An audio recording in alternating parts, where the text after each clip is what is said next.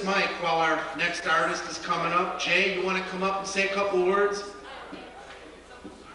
I love doing this. I don't care how hard the prep work is, but it's moments like this that make it all worthwhile. I want to thank this house again, this beautiful Acorn Theater.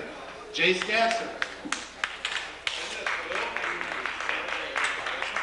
Thank you, Phil. And again, this band is putting together opportunities for people to come together and discuss some of the most important issues at hand today. It's a little bit of what I do too. I'm Jay Statzer. I work with Cures Not Wars, which is a New York-based organization that's trying to put an end to the madness on its own level. Normally I talk about the cures aspect, but today I'm going to say a few words about the not wars aspect. And taking a look at where we're at today, flipping through the channels, you turn it on and you get your Sunday Nazis, with Meet the Press and all that fun stuff. And this week's message now is, all George is saying is give the surge a chance. How far have we degraded in the society now where we've gone from give peace a chance to give war a chance? Well, I'm out of patience, and I know a lot of people were out of patience. I was out of patience the day it began.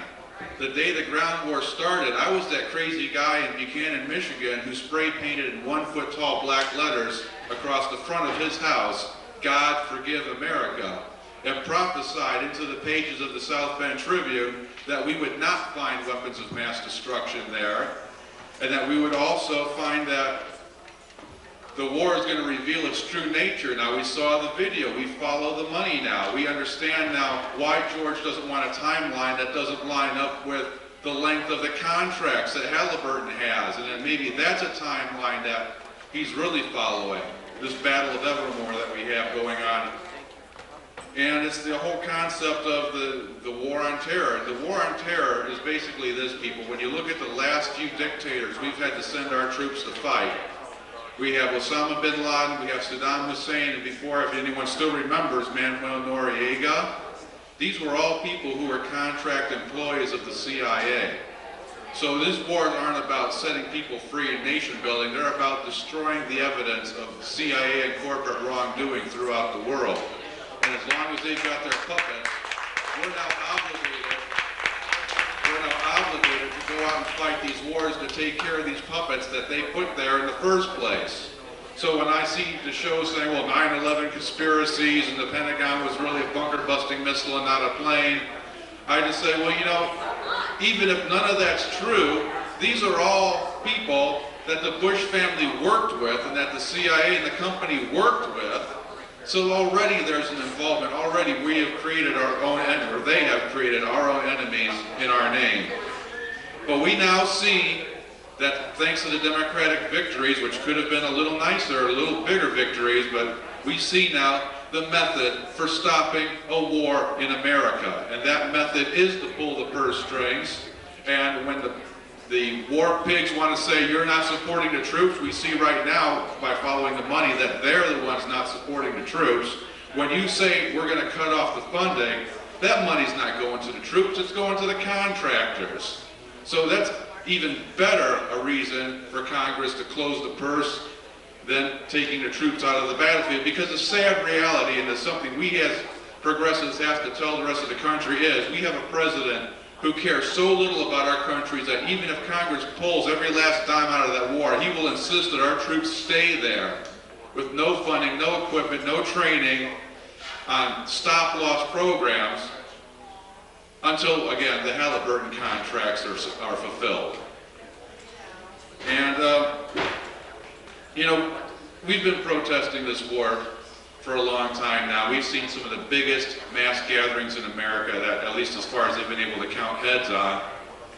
And I talked to my buddies about coming to this event today. I said, oh, hey, they're going to have a peace forum, you're into that, you want to go. And they say, well, wait a minute, Jay, why do you want to go? Why should we want to go? We've been fighting a war for 37 years in this country, and we haven't seen the peace movement come and help us. We haven't seen the peace movement come to our aid, and this is a war that's going on right in your own backyards. I'm talking about the American Civil War on drugs. If you are against the war in Iraq, you have to be against the war on drugs, because the war on drugs is the template the model by which they designed the war on terror, by which our troops go and stormtroop around the rest of this world like it was one big crack house. So let me prophesy again, look at what these soldiers are doing and being trained to do in Iraq. They're kicking in doors, they're raiding people's houses, looking for people who don't agree with the government. What's going to happen when all these soldiers come back to America, ostensibly when the war is done, and get jobs in law enforcement? If you don't think that what they're doing in Iraq is practice for what they're doing in America, you either got to get hip or at least even read the Bible, and it'll tell you all about it right there. Again, they're practicing for what they intend to do to us, and I'm sick of the bumper sticker rhetoric that they use to sell these things to us. I look at the bumper stickers that say, Nation of Prayer. Have you seen the Nation of Prayer bumpers? Like these people were fighting, don't pray 5 times a day, but no, we're the nation of prayer. And I see the ones, of course, that say Power of Pride. And I think we can thank Lowe's for that. If you're offended by the Power of Pride bumper stickers, don't spend money at Lowe's, go to Home Depot or someplace instead, because they're the ones with the slushy fun collecting money for these Power of Pride bumper stickers. Whereas a Christian, I look at the Power of Pride bumper sticker and I say, yeah, the power to make you fall, because we all know that pride comes before a fall, and that's what I see when I see that bumper sticker. And then they have the one that says, God bless America. Well, my bumper sticker says, God forgive America. Yeah. So that's my new mantra for the new age, God forgive America. Get rid of the secrecy, because what does it mean when somebody makes something a secret? They've taken the truth away from you. What is the truth? The truth is God. Just as God is love, God is also truth. So if someone can break that connection with you, just imagine how else they can break your connection with the Creator. That's why I say God forgive America. Thank you. Amen. Jay Statzer. Jay Statzer, everybody. Thank you. Thank you, Jay.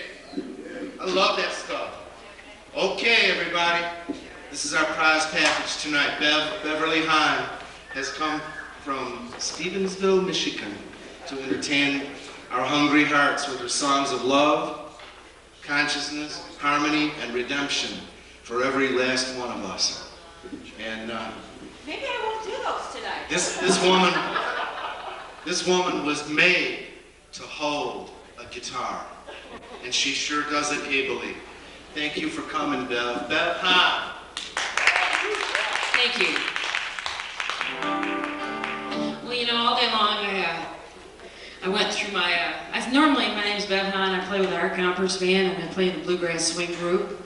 So this is a little bit different. My partner's not here tonight. He's part of the Sandwich Generation. And so about 7 o'clock I realized Dan wasn't going to be here, so everything we planned on doing tonight kind of went right out the door. And then I thought, well, I'll do some old folk songs that I haven't done in about 10, 15 years, you know. And I thought, well, then I need glasses so I can look at the words, and I don't have a music stand, so that's not going to work. So I have no idea what I'm doing here, but this first one is a song I wrote. It's called Your Voice I Know. And I wrote this for a friend of mine who called me, who was found out that she had cancer back, that it had gone out of remission. And she was going to go through chemo again, and everybody thought she was nuts.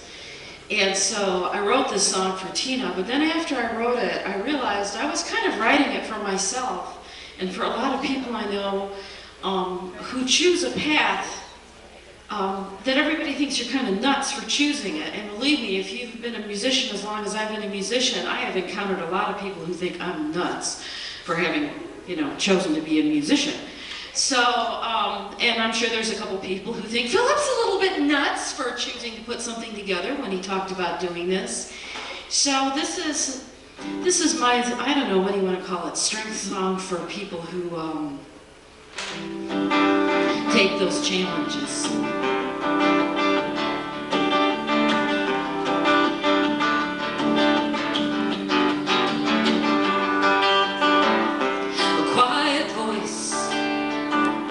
Inside my soul, it's calling out to me.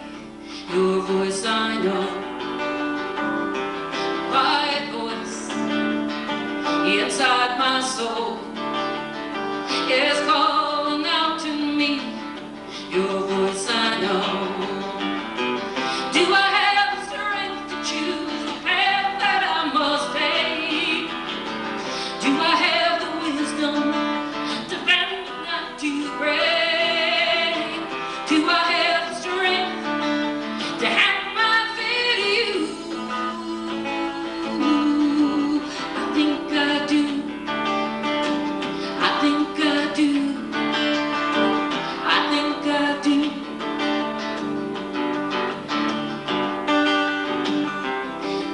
lion's den is dark and deep. 'Tis through the grace of him my soul I keep. Beneath the stars, his heavenly smile, always within your reach, I am your child. Do I have the strength to choose a path that I must take? Do I have the wisdom to bend but not to break? Do I have the faith to have my faith in you? Well, I think I do. I think I do. I think I do.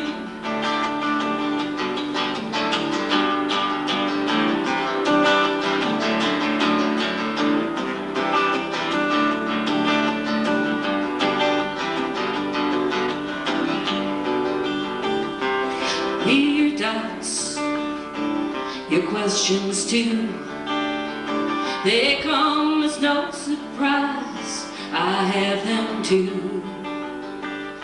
A quiet voice inside my